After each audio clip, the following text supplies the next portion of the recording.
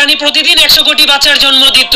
এই জন্য আজকে তার আবারও বাচ্চা জন্ম দেওয়ার সময় চলে আসার কারণে সে কোমর দুলাতে দুলাতে একটা রুমের মধ্যে ঢুকে যায়। এই জন্য পিঁপড়েগুলো সেই নতুন বাচ্চাদের জন্য দুধ আনতে গরুর কাছে চলে যায়। এমনকি কয়েকটা পিঁপড়ে বাচ্চাদেরকে খাওয়ানোর জন্য কুমড়া নিয়ে যেতে শুরু করে। আর অন্যদিকে এই পিঁপড়েগুলো বাচ্চাদের জন্য ভুট্টা গাছ কেটে ভুট্টা নিয়ে যেতে শুরু করে। এরপর ভুট্টার দানাগুলোকে এক এক করে ছুটাতে শুরু করে দেয়। তখন আরেকটা পিঁপড়ে ভুট্টাগুলোকে গাড়িতে করে নিয়ে নির্ধারিত স্থানে রেখে দেয়। এরপর সবগুলো পিঁপড়ে ভুট্টাগুলোকে পিঁপড়েদের রাজমহলে নিয়ে যায়। আর পিঁপড়েদের আরেকটা দল মোটরের দানা সংগ্রহ করছিল। তখন একটা বুদ্ধিমান পিঁপড়ে সেই মোটরগুলোকে চেইনের মতো খুলে দিচ্ছিল। আর নতুন বাচ্চাদের জন্য খাবার জমা করতে তারা সবাই অনেক পরিশ্রম করছিল।